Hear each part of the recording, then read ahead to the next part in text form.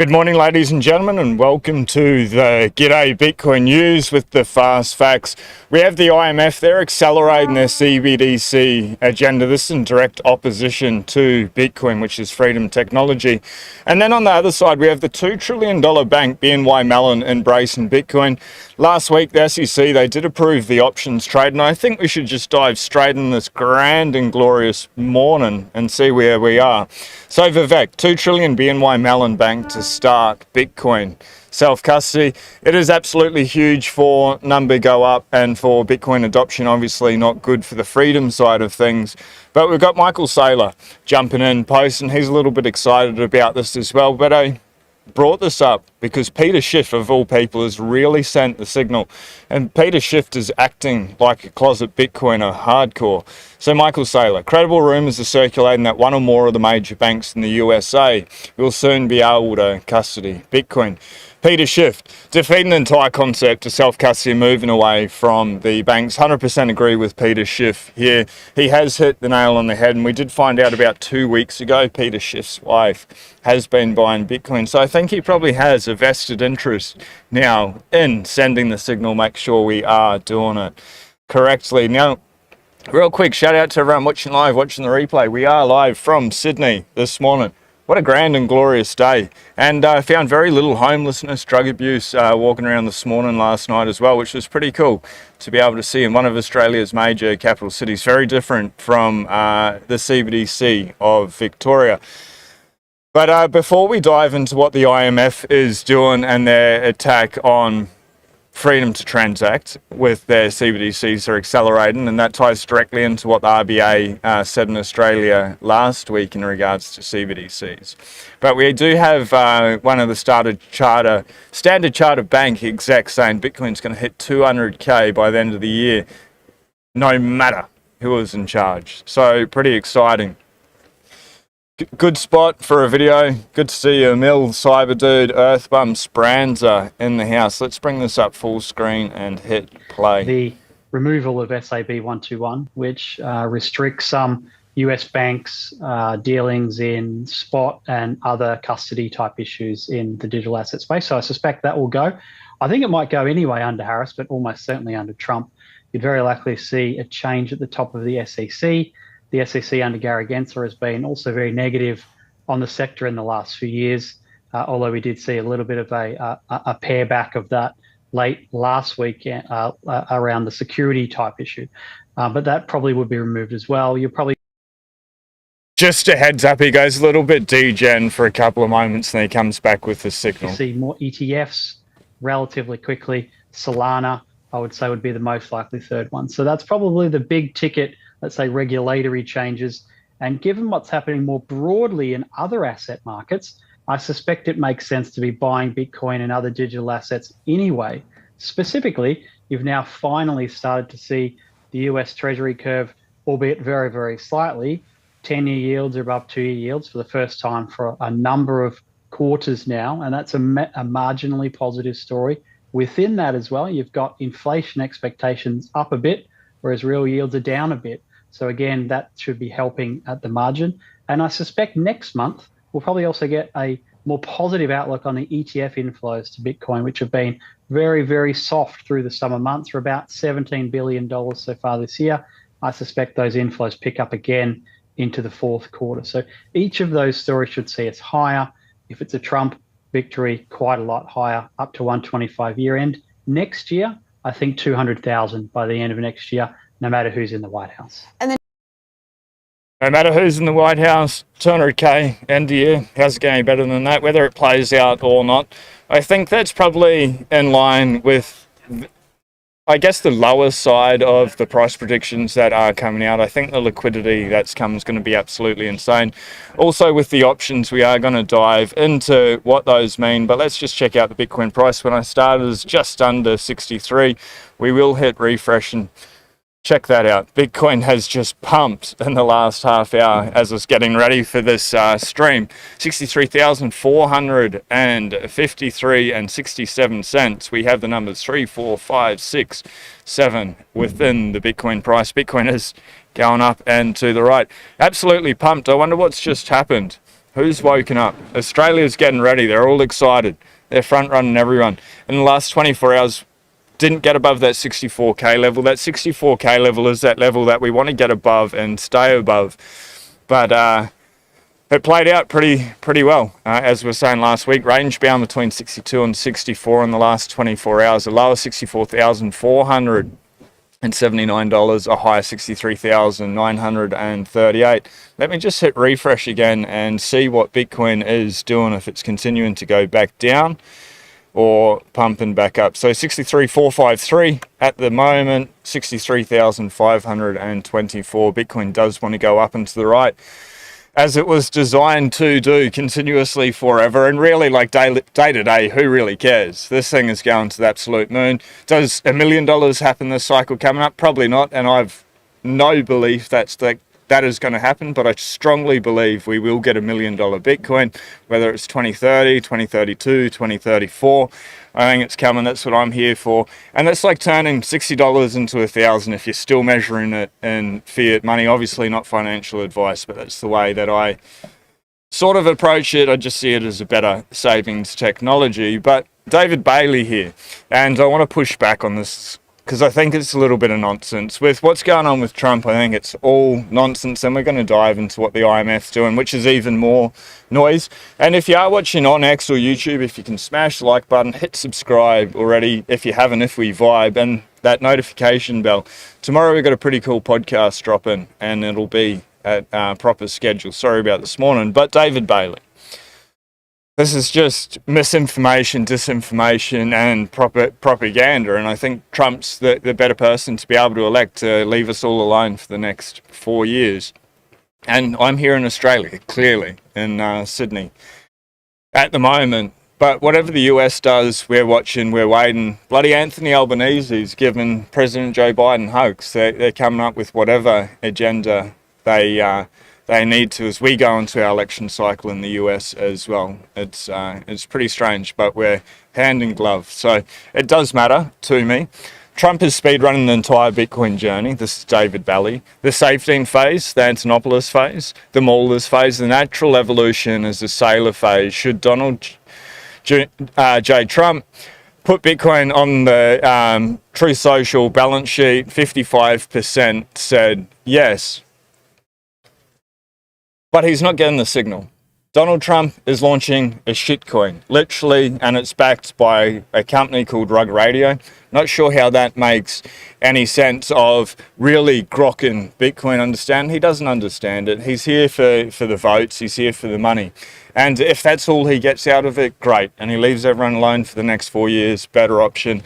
And if we can get rid of some of the deep state actors that are currently in there on the left, maybe the world would be a better place. Or maybe with politicians, this election is the most important. Maybe it's not. You know, we're going to hear that over and over again. Is anything going to change? Maybe, maybe not. But we have the opportunity to be able to change our own lives, and that's what I've done with Bitcoin. And I guess that's the point of Bitcoin. I guess my message is the politicians aren't going to save us. Trump's a better area, but there is obviously gaslighting coming from the Trump side of things as well. I think this is total misinformation. He's not speed running the entire Bitcoin journey. If anything, I think he's regressing there, unfortunately. So last week, the SEC, they did approve trading options on BlackRock's Bitcoin ETF.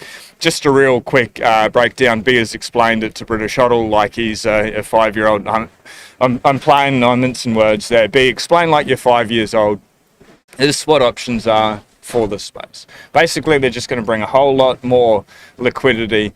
Explain like you're 5 years old. Imagine there's a toy store and they have a very special toy everyone wants, a Bitcoin toy. But instead of buying the toy itself, you can buy a ticket that goes up and down in value based on how much the toy is worth. That's what the BlackRock ETF is like. A way to get the toy without actually holding the toy. Fantastic. Now the store also says, hey, you can buy another ticket that lets you choose if you want to buy or sell that first ticket at a certain price later. That's what options are. Special tickets that give you choice about what to do with the first ticket. This is brilliant. It's pretty on point. So when the SEC says, yep, you can do that now, it means people can start using those special tickets options on BlackRock's Bitcoin toy ETF ticket. I think that's well done. And shout out to everyone dropping a comment at the Minute a Mill. Thank you very much. It's a grand and glorious day in Sydney. So diving into the IMF, and I've got a problem with these three-letter agencies, the IMF, the Bank of International Settlements, the World Economic Forum, the World Health Organization. These control oligarchs have gotten together, they've elected themselves, they've given themselves power, a lot of it through the UN. It's how they go about. They're very connected with Soros, with Bill Gates, Elon Musk in a way, Klaus Schwab, everyone through the Davos community. And Bitcoin has given us a chance to be able to break free of that tyranny. I don't think they like it. So I think the CBDC agenda, which is totally designed to be able to steal, censor and control, I think they're going to ramp that up more and more. And just in time, they have come out straight after the RBA, the Reserve Bank of Australia, our central bank, last week, put out a framework in regards to where we are with CBDCs. But so it's interesting, yeah, that all this is happening at the same time, the same talking points, and there's one word that they say over and over again that's straight out of the WEF. So the IMF, they propose a READY framework, R-E-D-I, and we'll break that down, to catalyse CBDC adoption. The IMF staff have introduced a high-level 4-stage framework. Oh, fantastic. They've pulled out their crayons, emphasising regulation, education, design and incentives to enhance CBDC adoption. Steal, censor and control. IMF staff members have issued a guide for policymakers and banking institutions on ways to increase uptake of central bank digital currencies globally. According to the IMF staff members, successful CBDC adoption will require proactive strategy, strategic policy and design choices that benefit end users and intermediaries. Therefore, they urge central banks to focus on stakeholder engagement. So this is their READY framework here. Regulation. Intermediary participation in the CBDC ecosystem, legal tender status, user fee structure. I wonder what that is. Anyway, minimum quality standards for service, education. You can take that one, or I take that one at least, as propaganda, communicating the benefits of CBDCs.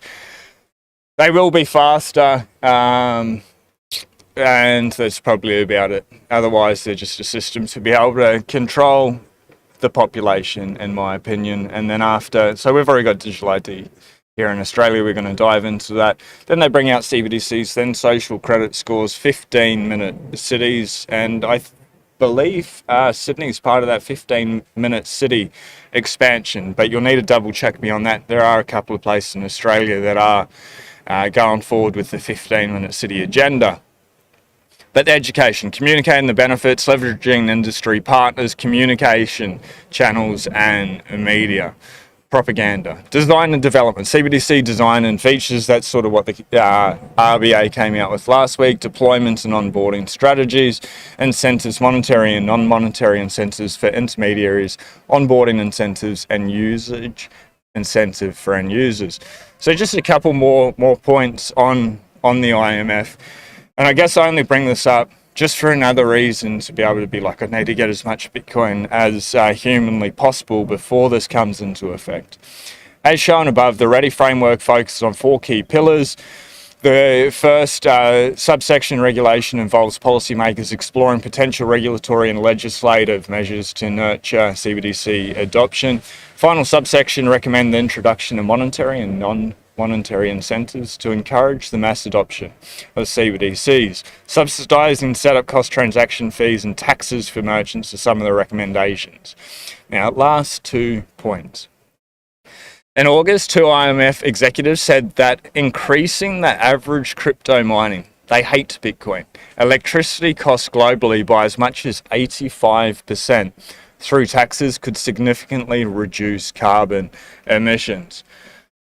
Need to save the environment. They don't mention there that Bitcoin is now 54 or 56% using renewable energy. It's using more renewables than any other industry. It's definitely doing better than the banks, the central banks, the control oligarchs. Flying around the private jets to Davos, Bitcoin is a net benefit for humanity and for the environment, not like these Muppets. But according to the IMF Fiscal Affairs Department Deputy Division Chief, Sefik Boyce and Climate Policy Division economist. Climate policy, yeah. Not economic policy, climate policy. A tax of 0.047 per kilowatt, so cents per kilowatt, would drive the crypto mining industry to curb its emissions in line with global goals. What's Bill Gates? He's got like a 3-step process, like embrace, eliminate, exterminate, something like that. But he comes in, he puts regulations in place, says, hey, let's all get on board. This is great. This is for the environment. This is for the kids. This is so people live longer with these toxic jabs. We want to give whatever way that he wants to go down, or any of these 3-letter agencies go down. They get people on board, and then they say you must do these best practices, and it's always in their interest. Bitcoin, I don't believe, is in their interest. And what I find very interesting is Larry Fink is so connected to the World Economic Forum, but he is advertising Bitcoin more so than anyone. Is it an attack on Bitcoin? I absolutely don't think that is possible if you're holding Bitcoin in self-custody. But if you're not, potentially it could be. So this is the Reserve Bank of Australia, the central bank digital currency. It could be designed for retail or general purpose use, which would be like a digital version of banknotes, or it could be designed for wholesale use, where it is accessible only to a more limited range of wholesale market participants, use in wholesale payment and settlement. So that's the only other thing I read from the RBA. To date, the RBA has not found a strong case to support a CBDC for retail use. Any decision of a CBDC would be made by the Australian government. So the Reserve Bank of Australia, they've actually been pretty based, saying the government here in Australia needs to cut down on spending because Anthony Albanese's gone absolutely insane, absolutely hectic, and he's just fired the money printer, and that's the reason why we have inflation in this country. So in that regard, they've been pretty based. Obviously, they are connected. It's not a private institution. But for them to say there's no strong use case for retail have a CBDC, I absolutely agree, but it's up to the Australian government. If we keep this current government, they're definitely going to push for it hardcore. Same with the Liberals. Maybe if we could get the Libertarians in charge, they'll be like, no, there's just absolute no need. But the Australian government will be like, hell yeah, there's a need. We get to be able to control everyone with it. Of course we're going to bring it in. We're going to be able to sell it in whatever way. And we do see that happening more and more. We've got a member for Parliament she's so excited. We've reached a major milestone. More than 1 million Victorians have downloaded their digital driver's license onto their phone. Welcome to digital IDs. Yeah, they're here. Digital driver's license on the phone. Well done. It's the first step. It's always about convenience, or they're trying to get people to be able to sign up for digital IDs. I think it's over in Western Australia, and they get 4 tickets to be able to go to the zoo. The whole place is an absolute circus in regards to it. But the Bank of Canada, in a surprise move, this is absolutely insane. They've abandoned their plans to implement a central bank digital currency. This is huge. That actually is pretty huge, because Klaus Schwab has very famously said we have infiltrated the cabinets in regards to Canada, and Justin Trudeau being a young world leader as well. I'm not sure if the Bank of Canada is tied in with Canada, or it's more like the Federal Reserve, or it's a private institution. If somebody in the chat could let me know, that would be super cool. But well done, Canada. That's a step in the right direction. That's pretty bloody epic, and that's pretty surprising, really, from Canada, that they've gone hardcore down the totalitarianism, looking from an objective view from Australia.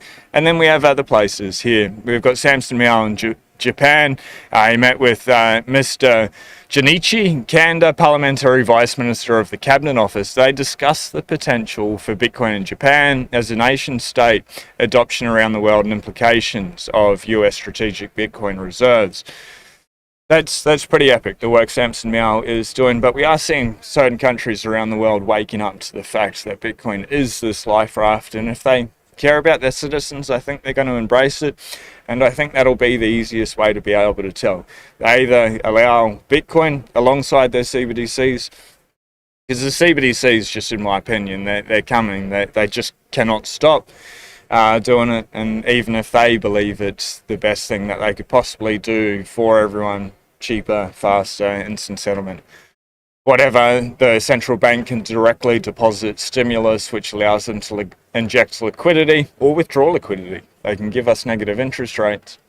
If they only come out with CBDCs, the governments hate us. If they allow both to be able to coexist side by side as legal tender, we're winning. And some places will, obviously like El Salvador.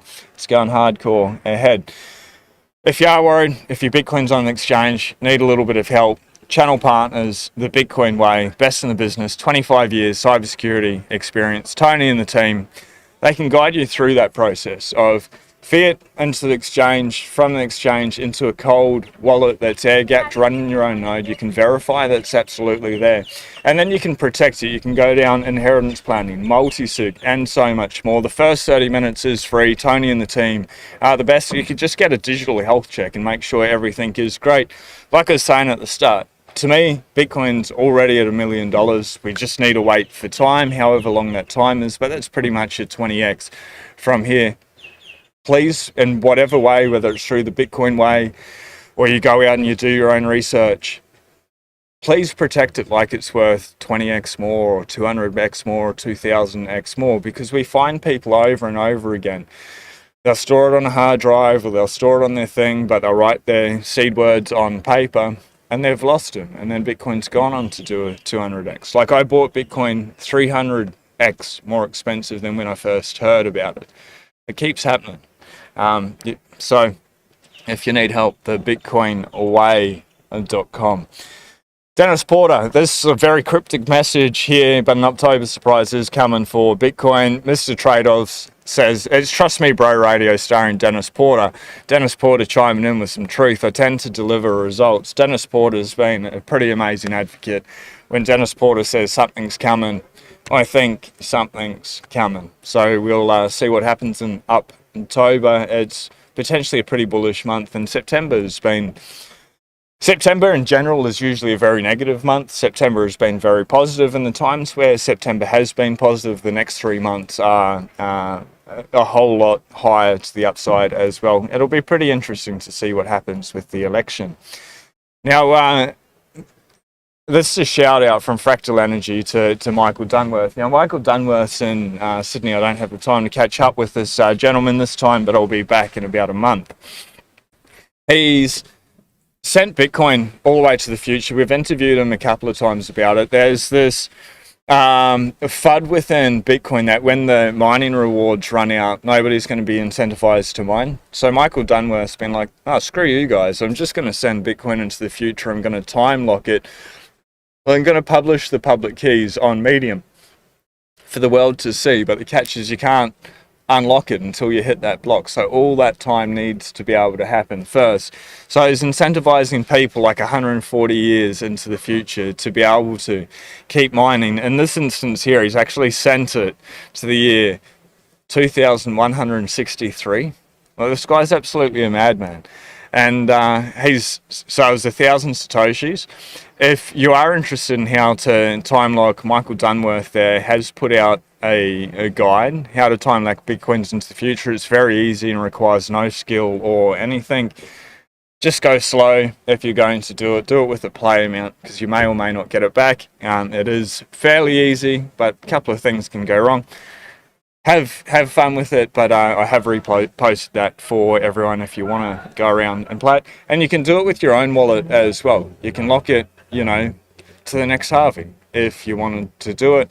Obviously, between that time, you have no idea whether you're going to be able to unlock it or not until you get there. But if you do it properly, it all will work out well. It's something to experiment with. Oh, they are some cute little oodles. It's when you're on holiday, you definitely miss the puppies. So this is pretty interesting just in regards to Silvergate Bank, this Operation Choke Point. It ties into the IMF, the SEC, Gary Gensler, just institutions in general hating Bitcoin because there's that freedom money, that freedom technology. We had Operation Choke Point 2.0 that was really ramping up over the last couple of years. It's gone a little bit quiet at the moment, but this is sort of after the fact of what happened with Silvergate Bank, which was one of the biggest bank failures in US history last year. Ryan Selkis. Sworn affidavits now confirm what Nick I and others were screaming about 18 months ago. Liz Warren coordinated an extrajudicial hit on private banks to hurt an industry that embarrassed her because she worked with SBF's father. This woman deserves jail. I actually agree with the word there in regards to her, but we'll keep this video profanity free on this grand and glorious Monday morning. So Nick Carter, this is the smoking gun. Silvergate was solvent and able to operate, but the Fed informed them that they had to curtail their crypto business. Without a crypto business, they would have had to reshape their entire firm. It was this that caused them to liquidate. So they're saying, he's underlined one section, but I'll read all of it. I think it's pretty pertinent. Following the rapid contractions of Silvergate's bank, that's better, now I can see. Silvergate Bank had stabilised, was able to meet regulatory capital requirements, and had the ability to continue to serve its customers that had kept their deposits with Silvergate Bank. However, the increased supervisory pressure on Silvergate Bank and other banks focused on servicing crypto asset business for Silvergate Bank to a point where it would have needed to remake its business model away from its focus on crypto businesses, seeks to sell itself as a going concern in the shadow of the regulatory overhang, or begin winding down its affairs with the goal of preserving as much value as possible for stakeholders. The current incumbents absolutely hate Bitcoin. I think that's why Trump is the better option. They haven't done anything good for the last 4 years, actively been working against it. Maybe Gary Gensler in a roundabout way has been favourable to Bitcoin through BlackRock.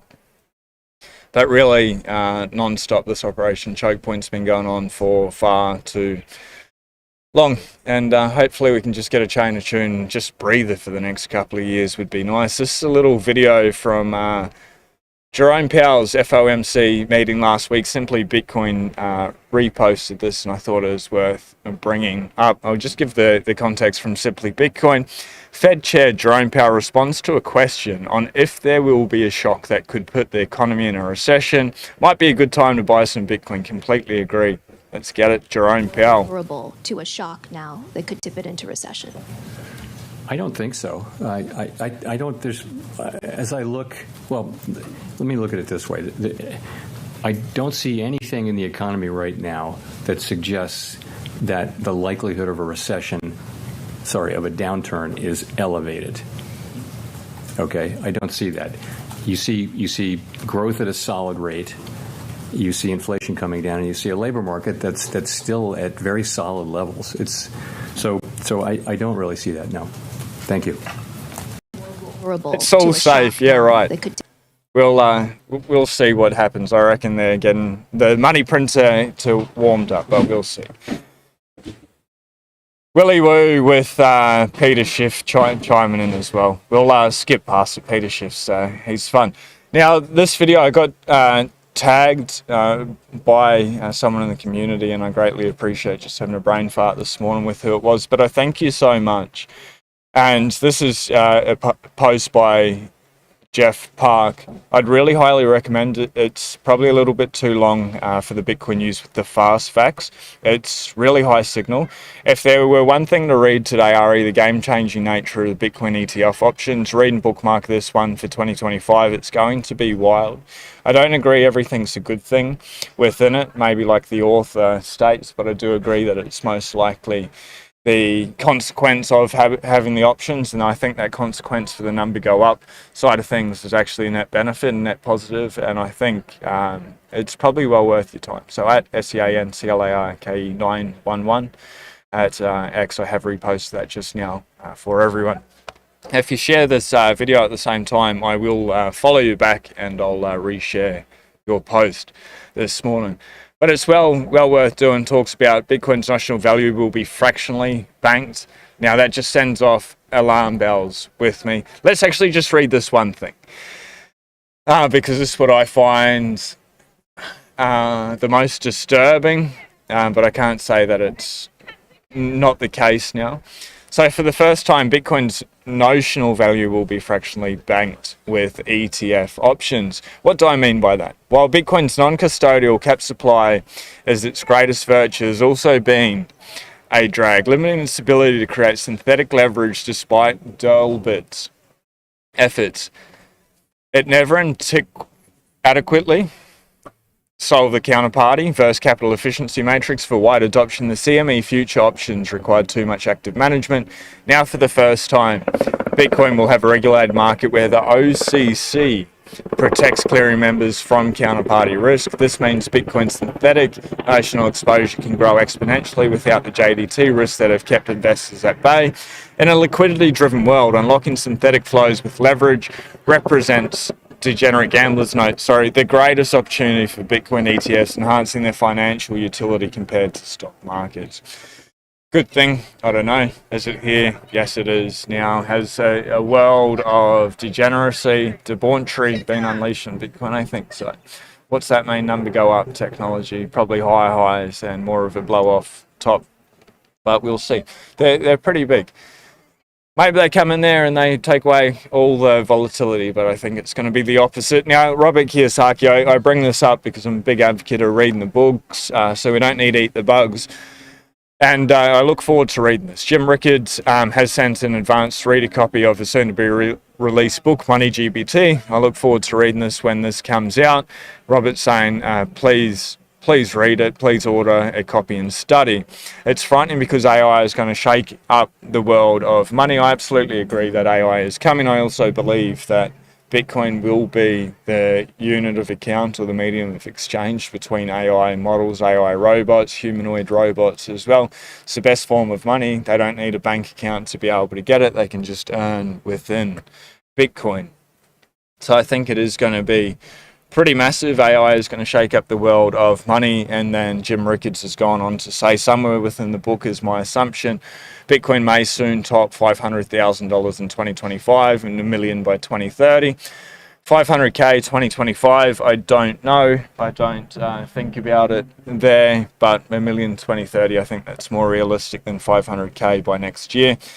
The book will be out soon, so if you're interested, you can pick that book up, Money GPT, when it is there. I look forward to reading it. And in regards to price predictions and stuff, I guess it's taking the opposite side. Hear about the price, it hits the price that we're aiming for, we sell it, and then it continues to go on, and we make the biggest mistake of our life. So this is Captain Bitcoin. In 2015, this is posted by Bitcoin Teddy over on X. But Captain Bitcoin, 2015, I sold 800 Bitcoin to buy a house for my family. I wonder what price they got them for. In 2018, I sold my house and bought back 50 Bitcoin. 3 years later. People who think I'm crazy for selling my house, please know that my only regret is to have sold my Bitcoin. Believe at whatever price anyone gets, given enough time, they'll be like, did I really need to go out on the town and buy bottles? Maybe, maybe not. At least they bought a hardish asset with it, but they regretted it dearly. And I think anyone that has sold does. Let's hit refresh. We were at block height 862,434. We'll fast forward on the time chain calendar to block height 862,443. Bitcoin price is 63,523. We are under again 1,600 satoshis, 1,574. Let's see what the hash rate's doing.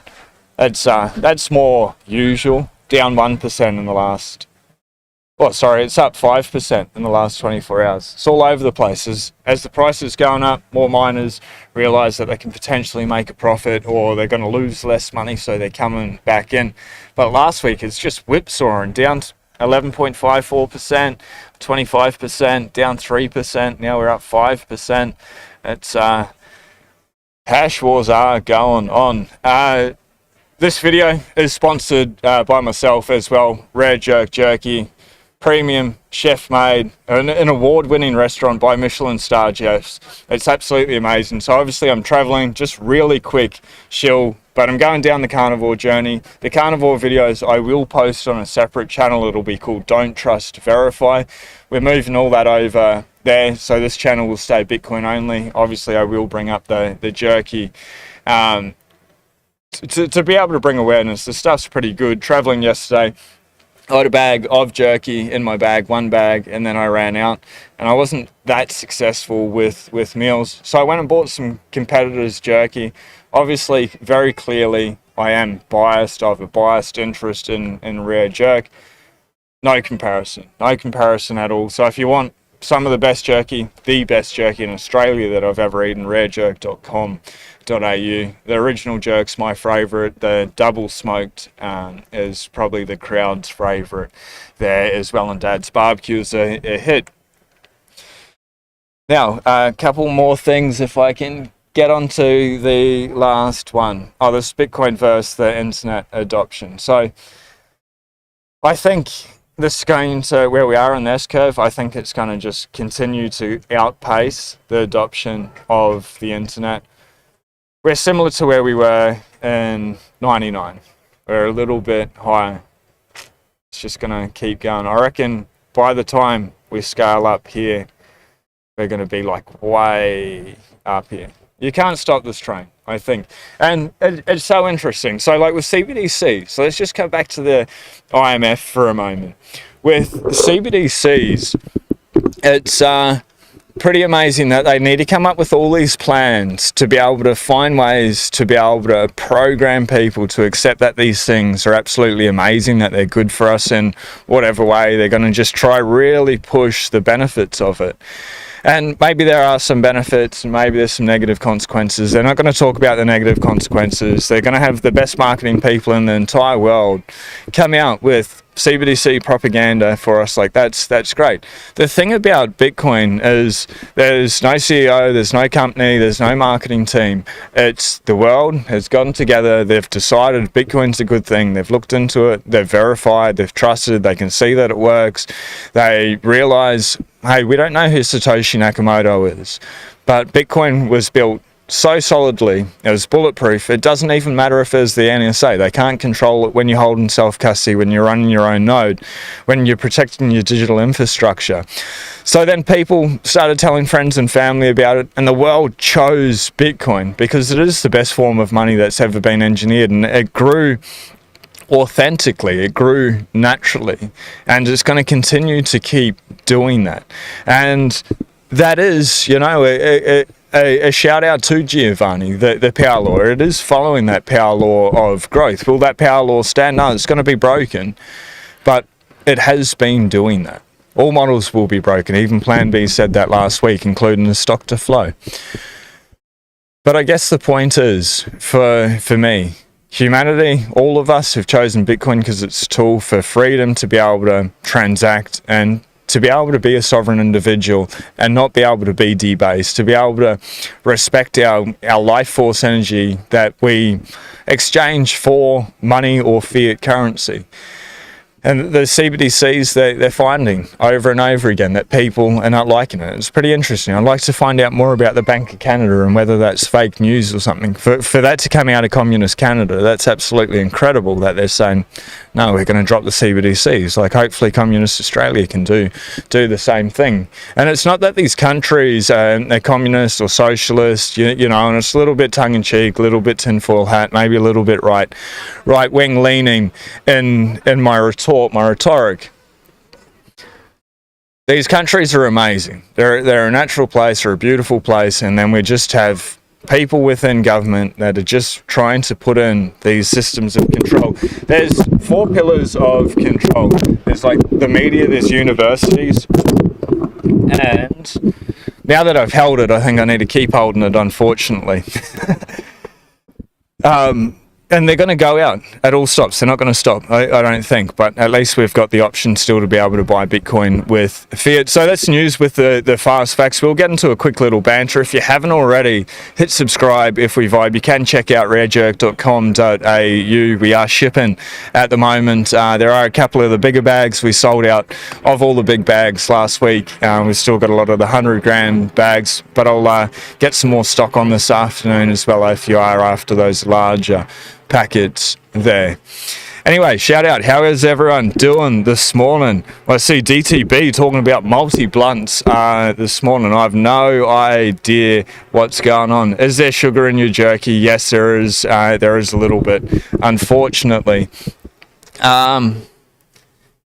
Belize Huddle, I did. So Belize Huddle here is asking, is there 250 Bitcoins? Did you hear that 250 Bitcoins were moved from a very early wallet from 2009? Some people think Satoshi is moving his coins. What do you think? It did look like it got debunked, and it's not a... So it's from the Satoshi era, that wallet, from what I could obtain.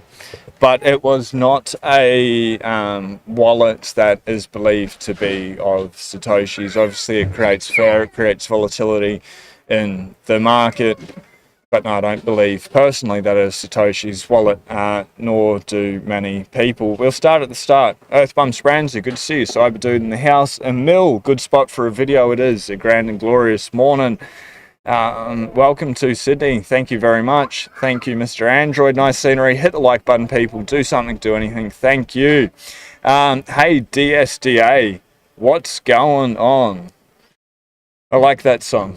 I cut out all music out of my life for a long time because I was sick of the programming from prop culture, and I just listened to 10 songs, and one of them was Four Non-Blondes. Hey, what's going on? So I got that stuck in my head this morning. Not a bad way to be able to have the song playing for the day. McLovin, G'day Legends, Belize Hoddle, Knoxville in the house. 70k this week. Potentially, we need to get above and hold 64 first. If we can convincingly break 64, I think we're going to 69 pretty easy, but we'll see. It is still September. How many days have we got left? A week? I don't know. Maybe we're going to have a green September. I hope not. I like the red days, but we'll see. Soon enough, whether we get a couple more red days or not, I think it's really going to start ramping up to the upside, and that's absolutely great. For everyone that's been stacking, you know, for everyone that's been going on this journey. But if you are new to Bitcoin moves 10 to 11 days a year on average to the upside. It's where it makes most of its gains. It's not worth ever, in my opinion, trying to time it. From what I've seen and what I've experienced myself personally, it just rips. There are still people literally waiting for 12k or even 48k. And it's potential that we wick down to 48k. The probability of it's very unlikely. You know, the potential of 58k, again, there's a higher probability, but it's still pretty unlikely. And maybe we get lucky and some people are just going to wait for that, maybe. But if it just starts accelerating and ramjetting to the upside, some people never get on. They need to wait the whole cycle. It's probably going to be higher than where it is now. So you do you. Magic 8 Ball confirmed. 8 Ball like the ones you shake, or an 8 Ball like the ones that the Sydney real estate investors enjoy. The largest sniffing capital in Australia here for the marching powder. Huddle and resist. Sean, pretty cool doing these shows outside. I actually asked ages and ages ago if you wanted me to do one in... there's this field not too far where I live, and not always, but there will be emus there. Like, I don't know, maybe like... But when I drive past it, maybe 10% of the time there'll be emus, but there's like always kangaroos there. Obviously in Australia it is a meme, but where I live there are like joeys and kangaroos sort of everywhere. So I can do one there one morning back home if you want. Is multi-sig for chain smoking? Hell yeah, it is. Everyone just gets on the hooker on the Sisha and... has a big multi-sig event, McLovin. Oh, it's multi-sig, my bad. Sig for you and your buddies. I did say I wouldn't smoke any cigars over this carnivore challenge, but we did have a couple of massive things, like obviously launched Rare Jerk, which was something that took about 6 months from concept to fruition. And then with something else that we do, like absolutely amazing. So we may go out and... celebrating. We've got a gentleman here smoking a nice smelling cigar. It's just, we'll see. We'll see if I stick to that or not. If I do change my mind and go out and celebrate, because I said I wouldn't do it, I will come clean if I do. I don't like to say that I'm not going to do something and do it, or say I will do it and then don't do it. You know, things do change, circumstances do change, but I think just with ourselves, the more integrity we can have, the better it is, you know, for ourselves and who we are. And I guess that's the journey of Bitcoin for me. It's walking down the path of truth versus lies, or good versus evil. And I think personally, like if we're a bit, to go a little bit cosmically, spiritually, Bitcoin, not only is it the separation of money from state, Bitcoin is the separation of good versus evil, I think. And I think Bitcoin is inherently good. It provides freedom back to people when they look after it properly. And then you do have evil entities like BlackRock coming in, or the banks coming in, and they themselves may not be evil, just negative outcomes. And I actually do think they're evil. But say they're not, just say that the consequence of tying to that fiat system is bad, it's negative energy, it's going to draw things down. But if you're just like, no, I'm going to do Bitcoin properly, going to fight for truth, for light, I think that's when we live forward with purpose, and that's how we start to defund the state, separate money from state. And the reason I think that's so important is, you can't see it here, but there's two big warships there at the museum. It can stop these endless wars that are going on. People need to be able to actually opt in. They won't just print this endless money to be able to fund these wars that nobody agrees with, that are usually about resource and control. That would be cool to see some kangaroos. Cool. Looking forward to receiving my order of rare jerk. It will be shipped out today. Emil, looking for keto-friendly zero sugar jerky. Just a suggestion. It is coming. No problem at all. 68 is top of the range to hold above. Super grateful for everything, especially the cheap sats. I'm especially grateful, like yourself, McLovin, that we can still exchange this dirty fiat, these control slave tokens, for the best form of money that's ever existed. It's absolutely amazing. It's a miracle. And Bitcoin's time, like, it's here, it's now, and I think it's more important than ever before as they come out with CBDCs. You know, we've already got digital IDs, they're pushing them more and more, and they'll be optional until they're not. Everything's optional until it's not. At least we've got a tool where we can just opt out. But that's news. If you haven't already, if you can like the video, comment, share the video, that definitely helps YouTube, X, push out the Bitcoin messaging. Same with all the other channels out there. I think really the time for everyone to be paying attention is now, before it hits 100k. You know, otherwise it's 40% more expensive. People are already struggling. Their inflation's going through the roof. They're going to continue to up inflation. I think that people will get Bitcoin at the price they deserve, but if we can just give Google and YouTube a bit of a shuffle on, so they can get those touch points, because it's going to take 7 to 9 times them seeing Bitcoin before they start to pay attention. That's just how things go. So the quicker, the sooner we can get that out in front of people, hopefully the better off they will be, because life gets better, like infinitely times better on a Bitcoin standard than it does on a fiat standard. But it also takes time to be able to play out, and especially if you buy it at the top of the cycle, you need to wait another whole four years to be able to get a double in fiat terms out of it, if we were to look at history. And that also takes conviction, time to be able to study, to understand that, hey, I need to be able to dollar cost average and bring my average cost basis down. But I think where we are now, we're far away from the all-time high. We're closing in on the all-time high that's been set, but the all-time high of this cycle, I think there's a huge amount of time to go and huge upside potential. So I just, you know, if we can get this message out, it'd be greatly appreciated. Thank you so much for that. Grabbing a Harry D. Wheels pie, Sean? No. I won't be eating anything with pastry. But we'll see you over on X, and I will share that video, Don't Trust, Verify, or the channel for the carnivore journey, for all those interested, when I get everything up and going. With that, have a very beautiful day. Do something nice for yourself.